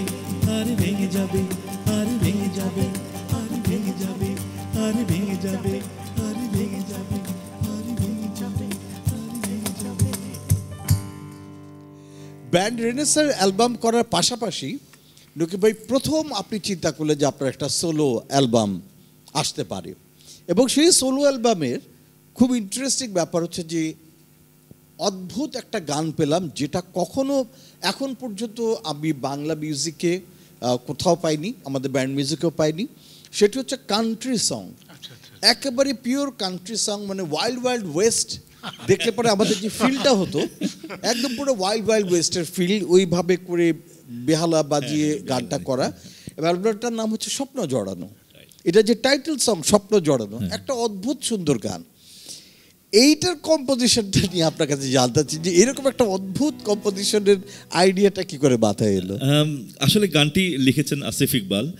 গানটি লিরিক্সটা দেখেই আমার কাছে কেন যেন মনে হলো গানটা আসলে এই রিদমে হলে কান্ট্রি সং যেরকম হয় সেই আদলেই তৈরি করলে বোধহয় গানটা ভালো লাগবে। আমি চেষ্টা করলাম, আসলে দেখি আসলে ঠিকই আছে, এটা ভালো লাগছিল, তো সেভাবে করা হয়ে গেল এই আর কি। এবং ওই শুরুতে ওইভাবে কান্ট্রি স্টাইলে, এবং ওই যেভাবে ওরা করে পাবের মধ্যে বা বারের মধ্যে বা অনেকে মিলে বেহালা বাজিয়ে গানটা করে, ঠিক হ্যাঁ ঠিক এক্স্যাক্টলি সেম ভাবে এটা করা। রাইট। তো এই গানটা একটু হয়ে যাক, এত সুন্দর একটা গান, তো ছোট করে হলো যদি একটু শোনান। জি।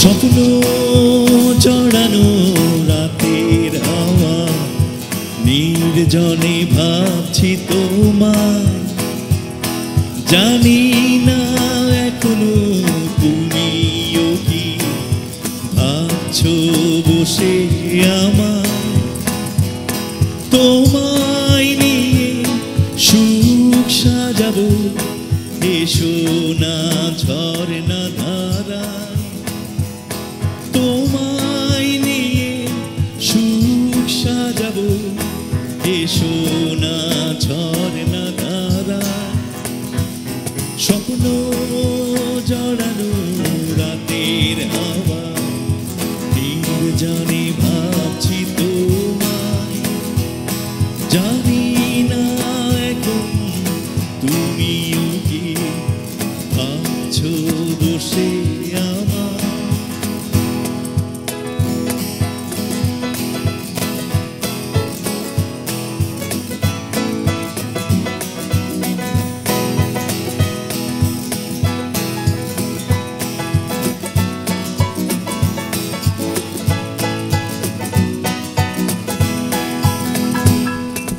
জোনাকিরা কানে কানে বলেছে আমায়, আসছো তুমি পায়ে পায়ে, যোচনাকে আমি বলে রেখেছি, তোমাকে যেন পেয়ে যায়, না বলা কথা বলবো সবই, আজ আমি চোখের ভাষায়, স্বপ্ন জড়ানো রাতের হাওয়া, নির্জনে ভাবছি তোমায়, জানি না এখন তুমিও কি ভাবছো বসে আমায়।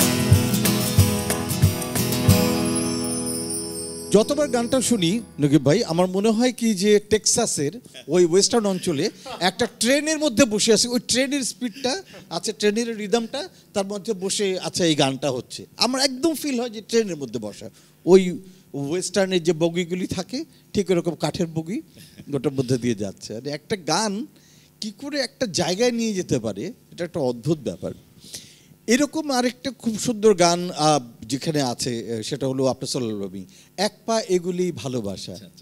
তো সে ডুয়েট সং ছিল, ডুয়েট সং ছিল, মানে এটা একটা দারুণ একটা গান, এত সুইট, এত মানে সুইং এর মতন করে মজার সুইট মেলোডি। একটু ছোট্ট করে যদি একটু শোনান।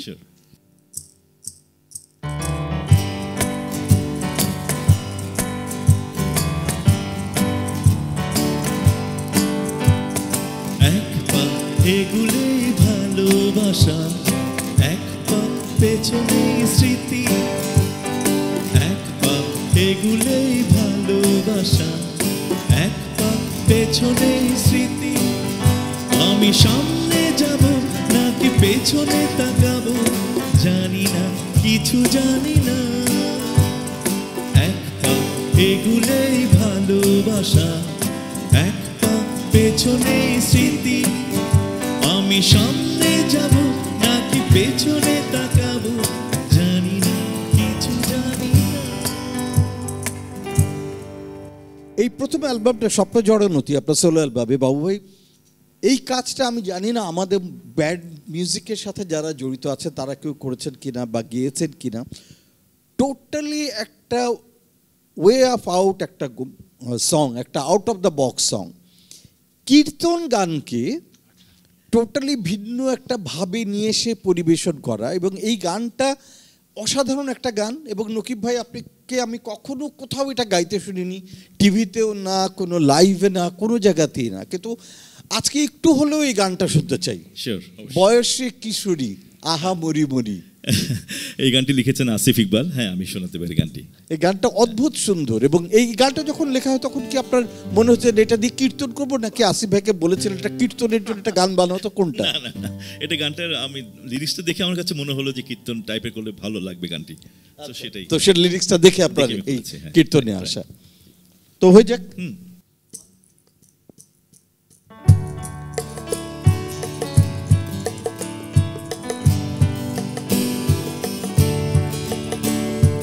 বয়সে কিশোরী বড় মনোহরি, অঙ্গে ভরা রূপ, ও নয়ন যুগল হরিণী সম, চালিল প্রেম দূত।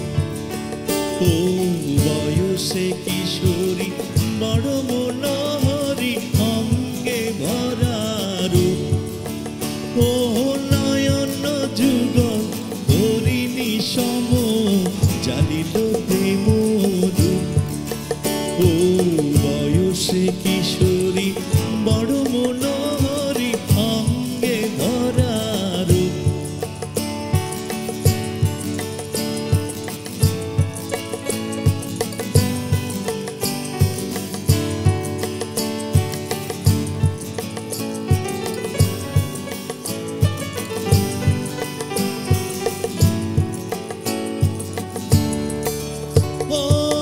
নদীর কিনারে কলসি কাকে হেরিনু তাহারে আমি, কি বুঝে এত রূপ দিল তারে অন্তরে জামি।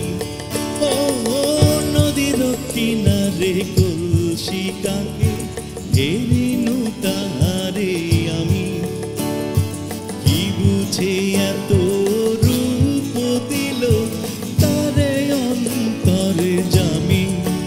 ও বয়সে কিশোরী বড় মনোহরি, অঙ্গে ভরা রূপ, ও নয়ন যুগল হরিণী সম, চালিল প্রেম দূত। ও বয়সে কিশোরী বড় মনোহরি, অঙ্গে ভরা রূপ। এত সুন্দর করে একটা কীর্তনকে এইভাবে যে পরিবেশন করা যায় নকিব ভাই, মানে এটা আমি জানি না আপনি ছাড়া আর কি এইভাবে করতে পারতেন কিনা। আমি আসিফ ভাই শোনার পরে এটা কি বলেছিলেন, মানে যে যখন কীর্তন এই গানটাকে আপনি কীর্তন করে ফেলেছেন, আসলে প্রথমে বিশ্বাস করিনি এই গানটা এরকম হবে। আসলে মানে আমি ভেবেছি যে সত্যি আপনি বলেছেন আসিফ ভাইকে যে ভাই একটা কীর্তন লিখে দাও, উনি লিখেছেন, কারণ এত সুন্দর মিটারে মিটারে মিলে গেছে। হ্যাঁ, এটা ভাবতেও খুব অবাক লাগে। নকিব ভাই, আপনি শুধু যে নিজের জন্য কাজ করেছেন তা না, আপনি অনেক আর্টিস্টের জন্য কাজ করেছেন। যেমন আমি জানি যে বাম্বার জন্য বাবু ভাইয়ের মনে আছে আনিসুল হক ভাই ওনার একটা বিশেষ ঈদ আনন্দ মেলা করলেন, এবং সেখানে বললেন বাম্বাকে একটা গান করতে, তখন সেটার কম্পোজিশন আপনি করলেন, ওরে চল না চল না একটু দূরেও নিয়ে কোথাও। এটা আরো আগের, মানে আনিসুল হক ভাই না, আরো আগের একটা প্রোগ্রামের, আরো আগের বিটিভি। নকিব ভাই, মনে আছে যে ঈদের আনন্দ মেলার জন্য আপনারা একটা গান করেছিলেন, তাতে বাম্বার সমস্ত ব্যান্ড মেম্বার, বাবু ভাইও ছিলেন সেখানে, সবাই মিলে একটা বাসে করে আপনারা গিয়েছিলেন এবং সেখানে গিয়ে শুটিং হয়েছিল, এবং খুব সুন্দর একটা গান, খুব সুইট, সেই গানটা আপনি করেছেন। রাইট, এই গানটি লিখেছেন সেজার মাহমুদ, Right. সেজার মাহমুদ। আমি জাস্ট 2 লাইন শুনতে পারি। ওরে চল না চল না, শহর থেকে একটু দূরে চল না, ওরে চল না চল না চল না রে, শহর থেকে একটু দূরে চল না, এই গানটা ছিল। রাইট, এটা ছিল। আর আরেকটা পরে আপনি করেছেন বিটিভির জন্য, যখন বিটিভির সুবর্ণ জয়ন্তী হলো সেটার সংটা আপনি Right. করেছেন। তারপরে আরেকটা দারুণ গান ছিল, সেটা হচ্ছে একটা মিউজিক রিয়েলিটি শোর, যে গানটা সবচেয়ে বেশি জনপ্রিয় ছিল, যদি লক্ষ্য থাকে Right. অটুট, সেটাও আসিফ ভাইয়ের লেখা। হ্যাঁ। এবং সেই গানটাও বাংলাদেশের প্রায় সব মানুষের মুখে মুখে ছিল, যদি লক্ষ্য থাকে অটুট। এরকম অসংখ্য গান আপনি করেছেন। আমার কাছে পার্সোনালি মনে হয় যে বাংলাদেশের যত রোমান্টিক গান আছে ডুয়েট, তার মধ্যে one of the best song আমার কাছে মনে হয়েছে যে সামিনা নবী, সামিনা আপার, সামিনা চৌধুরী তার গাওয়া এবং নকিব ভাইয়ের গাওয়া একটা ডুয়েট গান আছে, তুমি এলে পায় পায়। এটার কম্পোজিশন, এটার সুর, এটার গাওয়া, এটাও আসিফ ইকবাল ভাইয়ের লেখা। মানে এত সুন্দর সুইট একটা গান, মানে অদ্ভুত লাগে নকিব ভাই। মানে এরকম গান পরে আর আমরা পাইনি বাবু ভাই। বার্মার কথা বলছিলে, বার্মার যে সর্বশেষ একটা থিম সং করেছিলাম 50 বছর পূর্তি, বাংলাদেশের 50 বছর পূর্তি উপলক্ষে। রাইট, অসাধারণ কাজ হয়েছিল। প্রিয় একদম। বাংলাদেশ, হ্যাঁ, হ্যাঁ? প্রিয় বাংলাদেশ, প্রিয় বাংলাদেশ। প্রিয় জানি বাংলাদেশ। তুমি শুনেছো মানে কিনা? সব জি জি, সবাই band মিলে। নিয়ে, হ্যাঁ। সব সমস্ত মেম্বারদের একসঙ্গে করে। রাইট, তো তুমি এলে পায় পায়ের কথা বলছিলাম, যে এই গানটা যখন প্রথম রিলিজ হয় এবং হওয়ার পরপরই মানে দ্রুত ছড়িয়ে পড়ে, মানে যারা একটা ভালো লিরিক্স, সুন্দর সুইট সং, একটা মেলোডি, রোমান্টিক গান শুনতে চায়, তাদের জন্য এই গানটা ছিল ওয়ান অফ দ্য বেস্ট। এবং এখনও আমার মনে হয় যে এই মানের গান খুব একটা শুনতে পারি, যদি একটু ছোট করে হলেও যদি শুনুন। সমস্যা এফ। নকিব ভাই, প্রচুর কাজ আপনি করেছেন, সেই 70s থেকে শুরু, গান লেখা, গান সুর করা, কম্পোজ করা এবং গান গাওয়া। সোলস, তারপর রেনেসা, তার সাথে হচ্ছে আপনার সোলো ক্যারিয়ার, এবং এর বাইরে অসংখ্য গান আপনি করেছেন, বিভিন্ন সোলো আর্টিস্টের জন্য গান করেছেন, ডুয়েট গান করেছেন, অসংখ্য গান করেছেন, এবং আমাদের বাংলা ব্যান্ড মিউজিক এবং বাংলা মিউজিককে অনেক কিছু দিয়েছেন, তার বিনিময়ে অসংখ্য ভালোবাসা পেয়েছেন। আসলে আমার সবচেয়ে বড় প্রাপ্তি হচ্ছে এটা, মানুষের ভালোবাসা, মানুষের শ্রদ্ধা, এর কোনো তুলনা হয় না। কারণ 50 বছর ধরে মানুষের এই ভালোবাসাটা ভিতরের থেকে আসা, এটা কিন্তু অনেক বড় ব্যাপার। আমি মনে করি এটা আমার জন্য সবচেয়ে বড় প্রাপ্তি, এবং এতদিন ধরে টিকে থাকা, এটাও কিন্তু অনেক বড় প্রাপ্তি। শুধু যে আপনি কম্পোজিশনে 50 বছর সেটা শুধুমাত্র, কিন্তু গায়কই যদি ধরি সে তো 60 বছর, আরও বেশি, 61 বছর হয়ে গেছে, কম্পোজিশন আরও বেশি। এই দীর্ঘ যাত্রায় এত প্রাপ্তির পরেও কখনো কি আপনার আফসোস হয়, কোনো কিছু মনে হয় যে না এটা করা হলো না, এটা পাওয়া হলো না?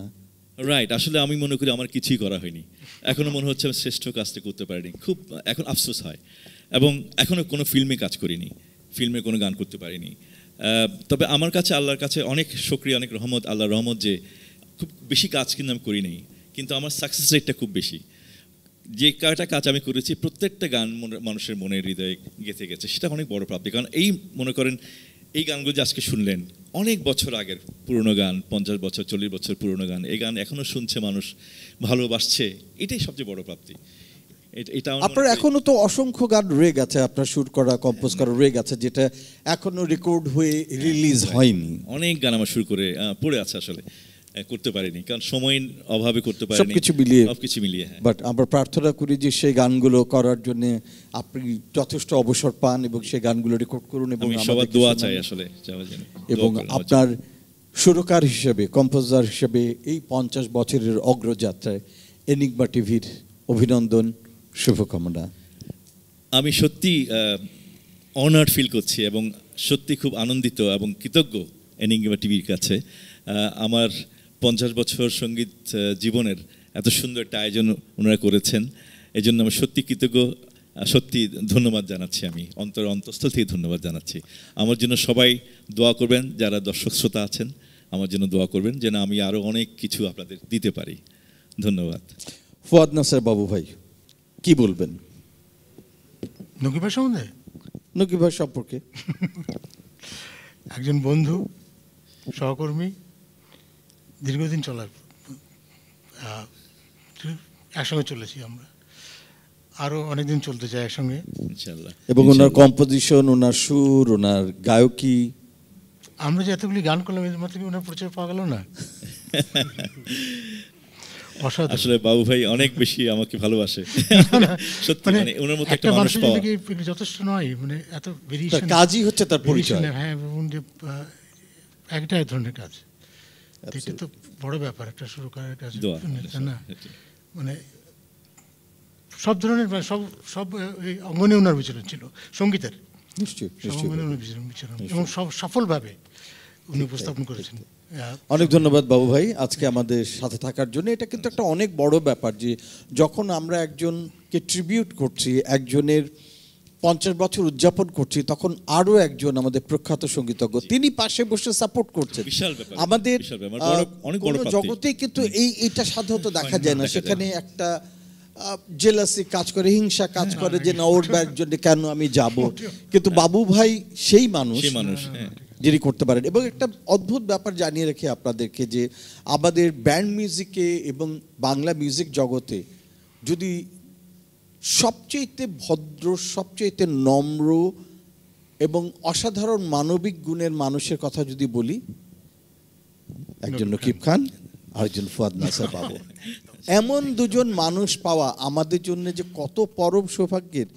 যারা তাদের সাথে ক্লোজলি কাজ করেন, ক্লোজলি মিশেছেন, তারা জানেন এ দুটো মানুষ কোনো তুলনা হয় না, কোনো তুলনা হয় না। আলহামদুলিল্লাহ, এটা আল্লাহর রহমত। কিছু বলছিলেন? আমি মন্ত্রমুগ্ধ শ্রোতার মতো শুনে যাচ্ছি ভাই, আমার বলার কিছু নাই। মানে এটা আমি শিওর যে শুভ আর আমার জন্য এটা, মানে আমাদের জন্য এটা বিরাট প্রাপ্তি। আপনাদের দুজনকে এত কাছ থেকে আমরা পেয়েছি, আমরা আপনাদের সাথে কথা বলতে পারি, সাথে গিয়ে বসতে পারি, এই তো অনেক আমাদের জন্য। আসলে এর চেয়ে বেশি আর কি চাওয়া থাকতে পারে। Thank you so much. অনেক ধন্যবাদ রুমন, ধন্যবাদ শুভ। আজকে পারকাশনে শুভ দারুণ ম্যাজিক দেখালো, আর রুমন তো আছে অ্যাকোস্টিক গিটার প্লাস গাওয়া, সব মিলিয়ে অসাধারণ কাজ হলো। তো আমরা আমাদের অনুষ্ঠানের একদম শেষ প্রান্তে চলে এসেছি। শেষ প্রান্তে এসে আমরা একটা গান শুনতে শুনতে অনুষ্ঠানটা শেষ করতে চাই। নকিব ভাই, আপনার কাছে সেই গানটা শুনতে চাই যেটা শুনে প্রথম মনে হলো একটা রোমান্টিক গান, প্রেমের গান এত সুন্দর হতে পারে। এবং বাবু এই গানটা আসিফ ইকবাল ভাইয়ের লেখা, সামিনা আপা এবং নকিব ভাই তারা দুজনেই মিলে ডুয়েট করেছেন গানটা। আমার ব্যক্তিগতভাবে মনে হয় যে এখন পর্যন্ত এই গানের যে মেলোডি, এই গানের যে প্রেম, যে রোমান্টিকতা, এখন পর্যন্ত আর কোনো গান এটাকে ছাড়িয়ে যেতে পারেনি ডুয়েট গান হিসেবে। মানে এতই অসাধারণ। তুমি এলে পায়ে পায়ে, জোছনা, কাশবন, এত সুন্দর সুন্দর ছোট ছোট শব্দ আছে এবং এটা সুরটা এত মধুর, এত মিষ্টি, মনে হয় বারবার প্রেমে পড়ি। তো এই গৌরবের 50 বছরের প্রেমে, নকিব ভাইয়ের প্রেমে, নকিব ভাইয়ের কর্মের প্রেমে আমরা তো মুগ্ধ সবসময়। তা এই প্রেমের গান শুনতে শুনতে আজকে আমাদের অনুষ্ঠানের সমাপ্তি টানতে চাই।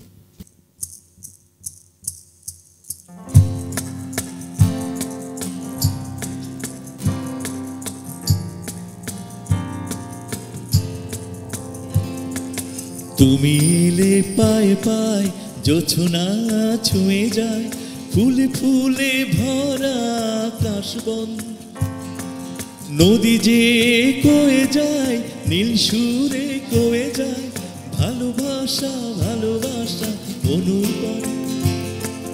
তুমি এলে পায়ে পায়ে, জোছনা ছুঁয়ে যায়, ফুলে ফুলে ভরা কাশবন, নদী যে কয়ে যায়, নীল সুরে কয়ে যায়, ভালোবাসা ভালোবাসা অনুপম। তুমি এলে পায়ে পায়ে, জোছনা ছুঁয়ে যায়, ফুলে ফুলে ভরা কাশবন।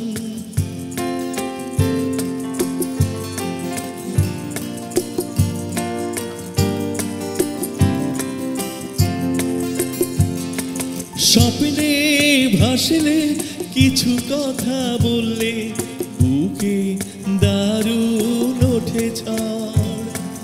হাওয়া এসে কেন ভালোবেসে সাজায় নীল ছোঁয়া প্রহর। এ যেন কিসের বন্যা ধারায় মনটা হারিয়ে যেতে চাই। তুমি এলে পায়ে পায়ে জোছনা ছুঁয়ে যায়, ফুলে ফুলে ভরা আকাশবন। নদী যে কয়ে যায়, নীল সুরে কয়ে যায়, ভালোবাসা ভালোবাসা অনুপম। তুমি এলে পায়ে পায়ে জোছনা ছুঁয়ে যায়, ফুলে ফুলে ভরা আকাশবন। ও ও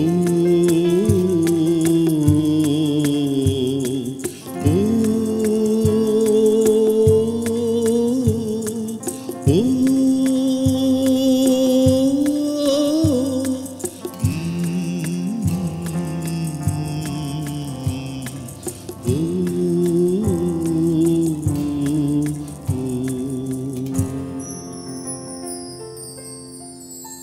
Thank you.